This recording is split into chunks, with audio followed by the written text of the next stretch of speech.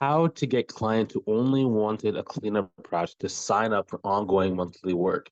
And this is good even if you are terrible at sales. So what are we going to cover today? So number one, we're going to be covering how to really get someone who, only wanted to do like a cleanup with you. Like maybe they're hyper focused on the cleanup and you just haven't been able to sell them the monthly work, how to get them to actually want to do monthly work with you. Next, we're talking about initial mindsets for success and to be able to successfully do this. Next, we talk about like what is your communication cycle while you're doing the cleanup project to get them to actually want to upgrade with you. Next, we talk about getting the clients to want to keep working with you naturally.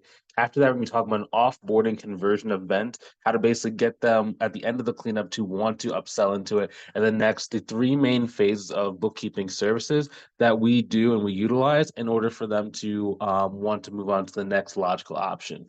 So who am I and like why could this video be helpful for you? So currently I run a six-figure accounting and bookkeeping firm, which I started in 2015. And to date, we've helped, it's getting closer, 206, a little bit of an older number. But I just pasted in here. It's getting close to about 300 students who started and grown their businesses inside of our mentorship program. And also, if you want some help growing your income while, making sure you can live a life of freedom without having to go through a lot of the struggles that cause most people to fail in their business, click the link either above or below the video to book a call with myself or a member of my team to see if we can help you inside of our programs.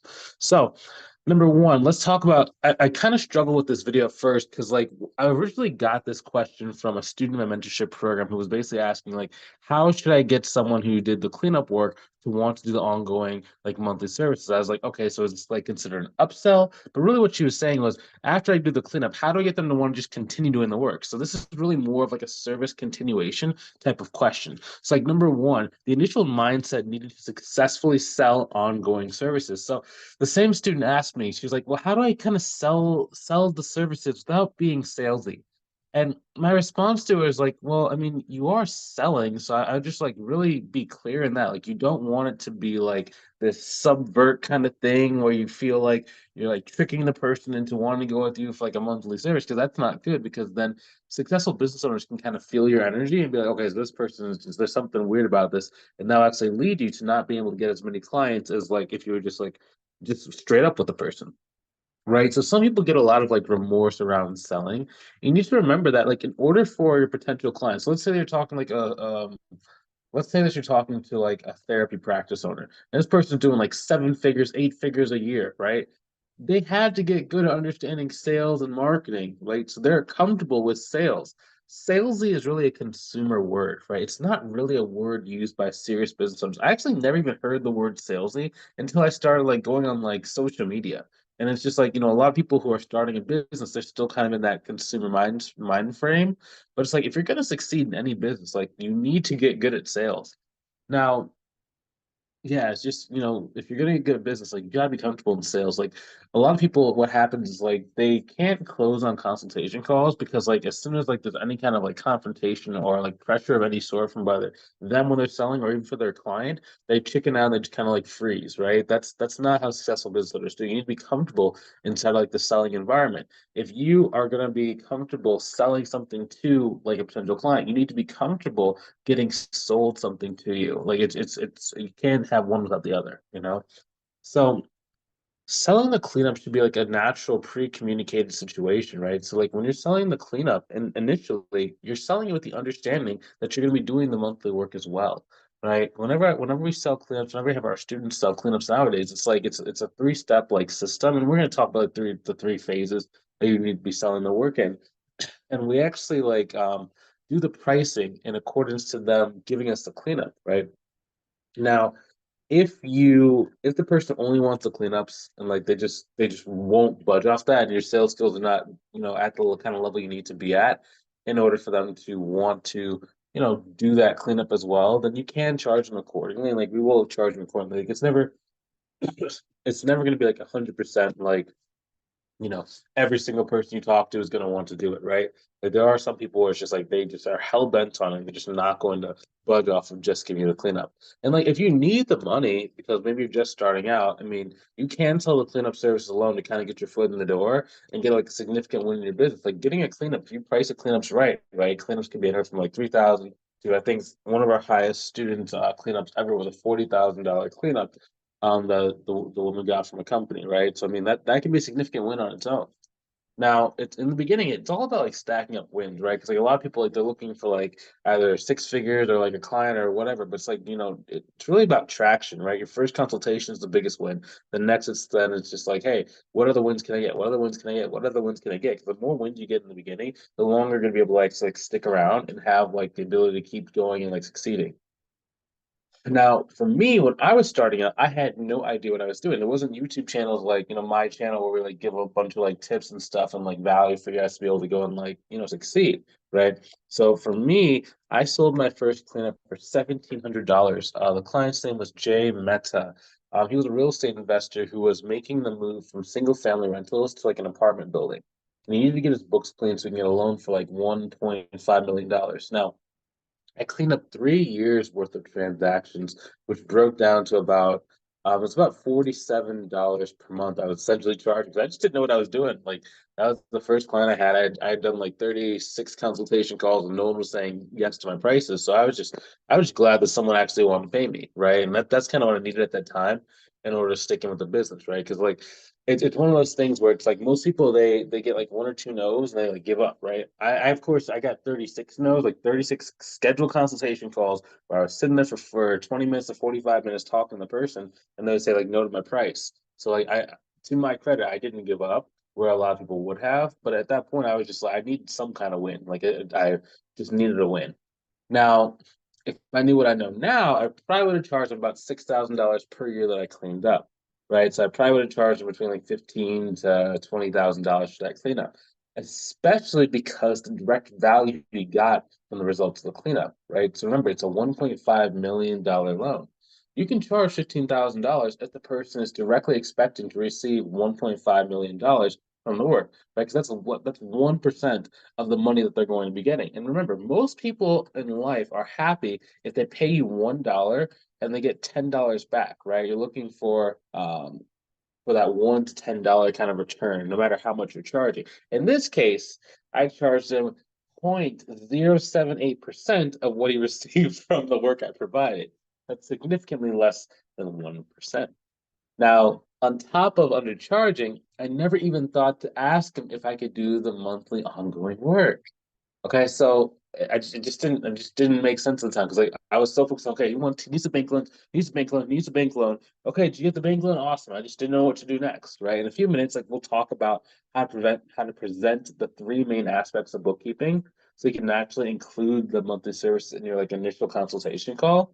But before that, let's talk about your communication cycle. So your communication cycle is going to do really cause you to either make or break the relationship and cause the business owner to either want to keep working with you for a long time or just like immediately just hate your service and not even finish doing the cleanup with you. Like a lot of people don't understand, like just because someone starts a cleanup with you does not necessarily mean they're going to finish it, right? There are different things you need to do to make sure the cleanup project actually gets fully completed. So number one, you need to be regularly communicating with the client during the cleanup. You can do this by communicating milestones.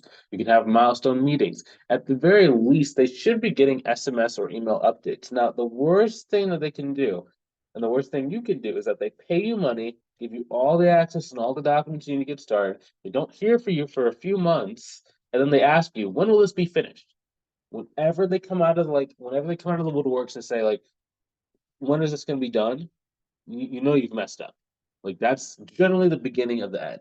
That's when they're gonna like pull the contract. You're not gonna get like maybe you didn't charge the right deposit amount. Maybe you didn't get pay anything up front, and they just like ghost. And you're like, oh, this guy wasn't serious, or this thing sucked. No, it's very preventable. It's just you have to kind of know what you're doing in order to get the project to go to like completion. So you got to get ahead of it, right? You got to keep them updated. I like to think of the cleanup process almost like you're a construction worker and you're building like a house, right? So you should check in with the homeowner, like what's the status of the project? How much have you completed so far? What are some unusual things that you found? Send them some pictures. Let them know of any major issues that you found. Let me switch this and present mode, right? You need to, that's not let them know any major issues you found. Let them know if there's like a delay in the work. This allows them to number one, to know exactly when to expect things, but also they feel like they're a part of the journey and they're involved. Okay. This leads into the next action step, which is getting clients to want to keep you on. Okay. So, like, step number two, we're talking about the communication cycle. That's bare minimum. Okay. Like if you're not doing that, like, this is not about like upselling a client. That's bare minimum to keep the client and actually have the cleanup project fully paid, right? Now it's like how to actually get them to want to keep you on. Number one, you do this by becoming an advisor. Now, what is an advisor? It's basically someone they can come to with their business problems, concerns, and just be a sounding board and someone that can give them insight that they would not have thought because you have a different background, different level of experience, and just different insights into what they're kind of going. Now, one mistake people make is that they think that, okay, this business owner is making like 5 million, $10 million a year. They have to know every single thing about business. I mean, maybe in some cases they do, but in a lot of cases, they just really know about sales, team building, marketing, and their product. They don't necessarily know as much about finances as what you do, right? So you have to leverage that. Like, you get to be able to use that. Like, what is the work showing you? How can they use this information in their business? Let's say that someone is going to be let's say they are an e-commerce store. Okay. They need to know, understand like what's their cash flow cycle. They need to know like what is their turnover cycle. They need to be able to know like how much can they spend on advertising. Is it the right season to advertise for specific products? How much of each product should they actually be buying? What do you see from other e-commerce stores inside this industry? Where do they maybe stack in terms of revenue, in terms of gross profit margin, in terms of operating expenses compared to other companies inside of the same industry, right? Just really being able to help them understand like what are the numbers actually telling, like what's the actual story the numbers are telling them based on this. Because like oftentimes like they're basically gonna see the work, but they just it's like hieroglyphics to them. They don't know what it means. It's like, oh, do I have money in the bank at the end of the year? Right. And it's just like you start going from admin, like this person is just like in this corner just doing like administrative work to being more of like helping them with operations, right? If you can make that switch from admin to operations, that's when you're going to start making a lot of money. Like a lot of people complain. Like I've had students complain, like, "Oh, this business owner only want to pay me like $750 a month, but they're paying their office admin like 6 grand a month." It's like, yeah, but their office admin is helping them with run advertising campaigns. They're doing sales. They're doing marketing. They're doing a little bit of accounting. Like they're not as good as you at like accounting and bookkeeping, but they're still doing it. Yeah, they're doing three to four times more stuff than what you're doing, and the business owner sees them as more valuable because they're helping them out in a lot more areas of the business. I'm not saying you have to go and do a bunch of different areas of their business. What I am saying is that the information you provide should be able to help them in different areas of the business. So use your information, use your knowledge and expertise to help them make decisions around other areas of their business, and they're going to want to keep working with you. As soon as they see that positive lift, they just get like a light bulb moment where they like learn something new that they didn't think about, didn't really see, or didn't even think about. That's when they start like really understanding like why they should be working with you. And it's like a consistent cadence. You should be having at least one biweekly meeting while you're doing like the cleanup, or at least once a month, like very least like once a month. Again, it's part of that communication cycle. And it's part about really like you almost want to like shift into like advising slash like business coaching kind of, but it's not like business coaching where you're coming from like the perspective of like I know every single thing about this business. You need to pay me money and I'm amazing. No, it's not like that. It's more of like, hey, this is kind of what the numbers are showing me. This is what I've seen from other businesses. This is kind of what I've seen when I was working in corporate America, et cetera, et cetera. Right. And if you don't know how to do that, like we can help you inside of our program really understand how to communicate the really numbers you find, numbers that you see in order to make sure that you can provide more value. That's one thing that we added into the program, I think like probably about 8 months ago. So yeah, because that was a really big thing, right? Because it's like it's really easy to get the client. Let me take that step back. I mean, like it's easy for us to get the clients. Like maybe if you're starting out and you don't know how to get clients, like it could be hard. I'm not saying that. I'm not like trying to diminish the work that you're putting into the game. I'm just saying, like, on a comparative scale of like 1 to 10, I mean, that's probably like a 6 if you really get good at like marketing and sales. It's really about like how to keep the client for longer once you get them. And it's not just about doing good work, it's about the communication of the work that allows them to be able to actually like connect the dots. You'd be so surprised like how business owners like you give them like perfect financials, just everything looks great. They're like, thanks, and then bye, right? Versus if you just like can tell them like one or two things, like, hey, you have undeposited funds, like you like a $5,000 check that's just undeposited. What? What do you mean? Right? And it's just like everything just kind of changes for them, and now you found something they didn't know about, and now the light bulb goes off their head, and they need you because you're watching their back. Next can be on the offboarding conversion event. So conversion means sales. It doesn't mean like you're tricking anyone. That's number one. In marketing, they call it conversion, right? Everything's about a conversion. So you always start the meeting off, and like this meeting is basically like you've completed the cleanup project, and now you're just basically going over what you found, what you saw, how they can use information, and then making sure that then you have like an upsell pass. So number one, what have you done inside the cleanups? What did you find? How can they use the information? And then you start transitioning more into like a more into like selling them. So what are their goals? How would they like to achieve it? Repeat back how your ongoing monthly services will help them accomplish their goals. That shouldn't be a question mark. That should be a period. Okay, so this is like the main portion. From there, you're gonna then go and give them like a presentation of the packages, right? And they're gonna give them a price quote. Then they're gonna be able to objection handle. Now, common question I get asked is, should I make three packages? There's a lot of guys and gals who are like kind of like they have coaching programs on the market. They kind of all give some things slightly different. Some people like the three packages. Now, personally, for me, I as someone who actually does accounting bookkeeping. I like doing one package. I don't like doing three packages. Usually, like if you're newer, the three packages is more of like, okay, so this is like the best price, this is like the middle price, and it's like the lower price. Most people aren't going to choose your best price. Like no matter even if they have the money, like there a lot of people want to get like a discount or a deal. So that does actually allows them to be able to price anchor. So what that's doing in that kind of program that's teaching that is you give them a really huge price that they're not going to want to pay. So now the other two prices look like reasonable. The middle one, you can maybe get them just like 50% going like the middle, we'll probably 40% will go in the middle, 60% will go like the lower one. And they're just that's just for people who are happy to get a client. But if you're trying to like go and get like higher price clients, you need to instead, number one, give them just one package because if you give them too many options, this is just everyone knows it's like sales and marketing if you've been in the game for a long time. The more options you kind of give someone, the harder it is for them to make a decision. Right. So then you start getting more of like, oh, I need to think about it. I need to think about it. It's not that like they're stalling. They really need to think about, okay, so like what are my options, right? Instead, don't give them too many options. Just give them one option and then you can spend any excess time after you presented the price to handle any questions, clarifications, or objections about the main service.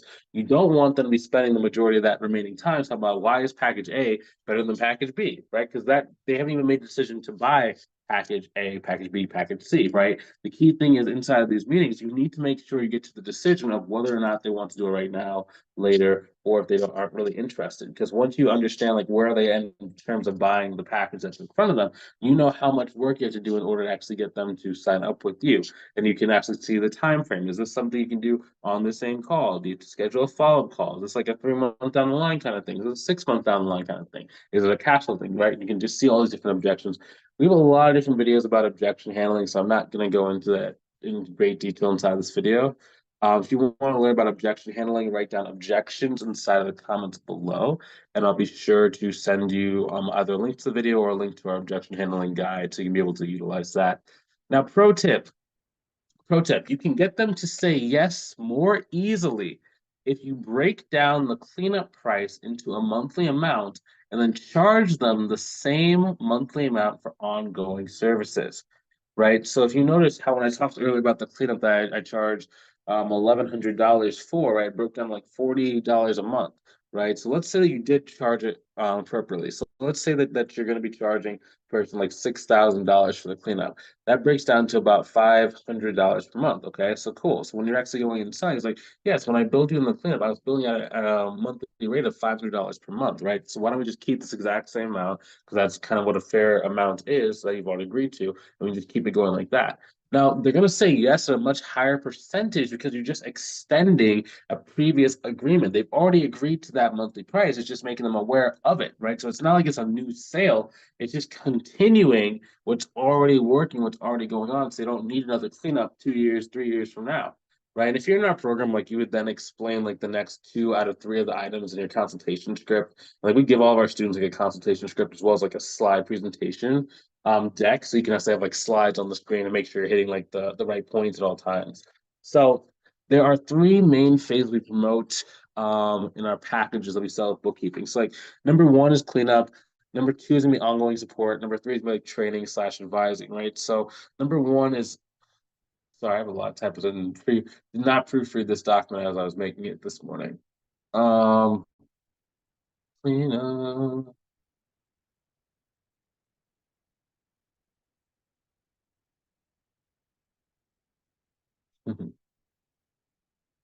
So clean up, basically it's the one wow.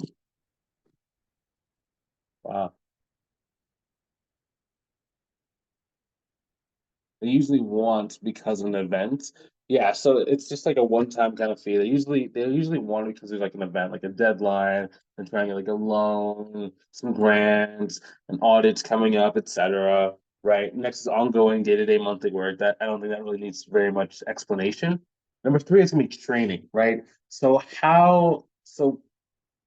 we basically teach you how to do QuickBooks training like in a future video that I'm going to be making. But most people think that training is like a bad thing. So, for example, I have a student named Joanne. She actually has QuickBooks training as one of the things that she offers, but she was doing it unintentionally, right? So she trained a lady basically by like sitting with her for I think like an hour a week or an hour a month, and she was getting paid a good amount for it. But the lady who she trained just could not figure out the AR. So she's had Joanne review her work for over a year while paying Joanne a monthly fee on top of the training just to, yeah, just to make sure so she's training her and overviewing her, right? It's very, very interesting. And a lot of people think it's like, oh, well, if I train them, they're not going to need me. It's like, yes, and kind of no. And also like we'll talk about this in a minute. Two and three can be a little bit interchangeable. So in some cases, what might happen is they're going to be like, they're going to say like, okay, I want you to clean it up, and then I want you to go and like train me on. Okay, so cool. So you don't have to go and push the ongoing monthly work if they already want to pay you another thing, which is training, right? Because remember, this is just about extending contracts. It's not necessarily just about doing the service that we want. It's about really tying in. You sell people what they want, and then you give people what they need, if that makes sense. So if they want training, you're not going to punch them in the face with ongoing. You sell them training. Okay, cool. And then you can start pushing ongoing while you're training. Or if they want ongoing, you're not going to push training. You're going to push ongoing, and then you're going to give them ongoing as well as like some training as well, right? Because you're just trying to extend contracts and you're just trying to add value. Now, they can both be valuable on its own, but I like doing them together. Okay. So again, they can be interchangeable depending on what the person likes. Now, let's go and like kind of go back to training. So, ways you can make QuickBooks training easy an easy sell for you. Number one, you can do a course. Let's say that you've been doing like hourly consulting sessions. Um, and that's good, right? I like that. And we'll talk about that in a second, how to make those work. One thing you can do is actually have a standalone course that they can be going through when they're not sitting in front of you. The reason why is because of 7 hour rule. So generally, if someone spends about 7 hours of either talking to you or listening to you or watching your videos, they're generally ready to buy the thing that you are going to be selling, right? So and that's just like it's a very well-known study inside of like marketing. It's not just something I like kind of found on my own. Something I paid a lot of money to like learn this stuff when it comes to like marketing. Um, and it's just like the closer you get them to do like 7 hours, the easier it is for them to want to then go and do your ongoing monthly services because now they're influenced by you. And it's very easy for you to be able to just say, hey, why don't we just keep working together on an ongoing monthly fashion? That's also why I don't mind selling the training before the ongoing if they are like hell bent on doing training instead of having an ongoing monthly service. Now, explain the course. Someone said, if I do a course, won't they be able to do everything themselves and not need me? Yes and no. So in a lot of cases, there's a couple of trains of thoughts. Number one is like if they could do what you're doing, they wouldn't even need to clean up in the first place. Now, the key is number one, there are some people that cannot do what you want, like how they talk about Joanne's example, right? She couldn't figure AR, so she needs Joanne to keep helping her. In some cases, they're making so much money, it doesn't even make sense for them to do it, right? There are certain things for me, for example, where it does not make sense for me to do that myself in my business, even like on the administrative side. And just like, there's no way I'm doing it because I lose money by doing those specific tasks. Like if I take a day off of like doing, client work or doing certain things, I actually lose money compared to, like some people, it's just like if they're just getting started, they're like a small client, like, yeah, they might be better off doing their own, right? But we're not going after like the small fries. We're going after people that can pay us, 500 to $5,000 per month, right? So on average, they're not going to want to do it themselves. Next, I like the training sessions because they're going to be sit down sessions. So number one reason why they're good, this kind of goes on like why the yes and the no. So if they supplement your sit down sessions just in case people need like some extra like time with you to understand like what it is without taking your direct time. Number two, it can scale a little bit wider. Number three, people get irritated and don't want to do it themselves. Next, they can actually watch inside of your course like how much work is actually involved. And like, F this, I'm not doing this myself. Next thing is information overload. A lot of people like they're so focused on other things. It's hard for them to like start like really stretching their brain around five, six, seven, eight, nine, 10, 20,000 different things, right? So they just get overloaded with information. They don't want to do it themselves. Next, they will, in a lot of cases, they're inevitably not be able to, they're not going to be able to understand something that you do, and they'll just pay you to overview the work at the end of each month, right? It's just like there's no harm that can come out of training someone. Even if you do lose like one or two clients, the amount of clients you'll gain long term from just training people is very, very high compared to like the number of people that will automatically just like learn the skill set from your training course, from your 7 hour training course, and then be able to do it. It's like saying like all the work that you put in, like looking into like the QuickBooks training, all the hours you put in at your job, all the hours you put in maybe like learning bookkeeping, the bookkeeping courses, right, that you maybe have taken. Like that's like saying if someone can master all this stuff in like 5 to 7 hours, right? It's not very likely. It's not very likely, right? Next to be hourly QuickBooks training. Now, this is the one that most will do. For us, we always like to encourage our students, if you're going to do QuickBooks training, do between 4 to 8 sessions. Excuse me, wow. Your nose really started running. That's crazy. So you want to do 4 to 8 sit down sessions, charge your monthly price. And if you're charging like $600 a month, for example, you do 4 sessions at $150 per hour, because that's what it's going to break down to. Right now, the reason why you do that is because it's very easy. Remember, everything is about a previous agreement. So if the cleanup broke down to you're charging $600 a month, now the QuickBooks training is another $600 for the month. And then when you do ongoing service, it's still $600 per month. So they're already agreeing to this price over and over and over and over again. You just keep extending your contracts. Now, Janine, for example, this was her main marketing strategy once she got to above 5,000 per month. So she basically go and do like a presentation at like a local like business either event or an online Facebook event group or like an online like business owner networking group or whatever, right? And then basically she would go and get people to sign up to do hourly QuickBooks sessions with her. Now, for her, she only had to do on average 6 to 8 sessions before the person inevitably tapped out, didn't want to do any more, and then she gave her the ongoing work. Right. So that's literally all she does. It's just once a month, go and do these presentations. She gets like 1 to 3 people to come to the presentation. I'm sorry, 1 to 3 people to sign up from the presentation. And then out of one, out of 3 people that do her QuickBooks training, I believe 2 out of 3 sign up with her for ongoing monthly services. So it's a really good conversion rate, and she's getting paid to basically do consultation calls because like each one of those like sessions should be a consultation call with them as to why they need someone to do ongoing sessions. Again, I think we might make a video in the future, or I might put it inside the course only, where it talks about how to structure your QuickBooks training sessions so that people want to do your ongoing monthly services. So I don't know exactly if that's gonna be on this YouTube channel or if I'm gonna just put it inside the course. We'll kind of see.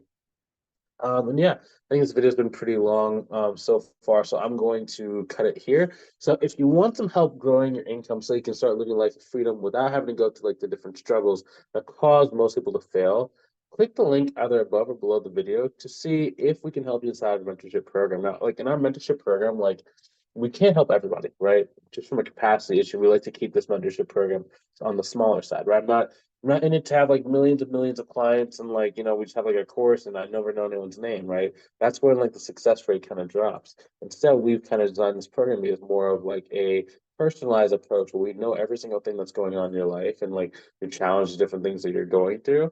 And then we actually help you walk through it step by step to make sure you know exactly what you need to do in order to go and grow your business. So for that reason, like we can't just accept everyone. Like if I don't think that I can kind of help you based on kind of the way that you're either answering questions or the kind of approach you're taking towards business, I kind of let you know I'm saying, hey, this would probably be a better course or a better option for you in order to move forward. But if I do think I can help you out, then I say very, very confidently that, based on the data we've had, we can help you and I give you an offer to join the program. Most people we give the offer to are ready to get started right then and there. Now, some people they hear this like call to action, right? This call to arms, and they wait. They say, "Oh, maybe next day, next year, next week, next decade," right? And they end up running out of steam because, like, it's fun to think about starting a business, but if you don't take the actions needed to do it, you're just going to be still at your job or still at, whatever, and nothing's really going to change. And it's like, all you have to do is just reach out, click the link, book a call, and finally be able to take the steps to reach the life that, you want. So if money's tight, like I understand, like right now there's like a lot of stuff with like inflation and like, we're kind of in a weird period in like the revolving cycle of like recessions and different things like that. So if like money's tight, like we have different payment partners and funding partners that you can use to get funded, so you can actually get your foot in the door with a program without having to go take out like any kind of interest in like loans and stuff. So if you want some help, go ahead and do that. Take advantage of it as quickly as possible. And we'll talk to you soon. We'll see you on the call if you're ready. If you're not, I'll see you inside on the next video. Take it easy. Talk to you soon.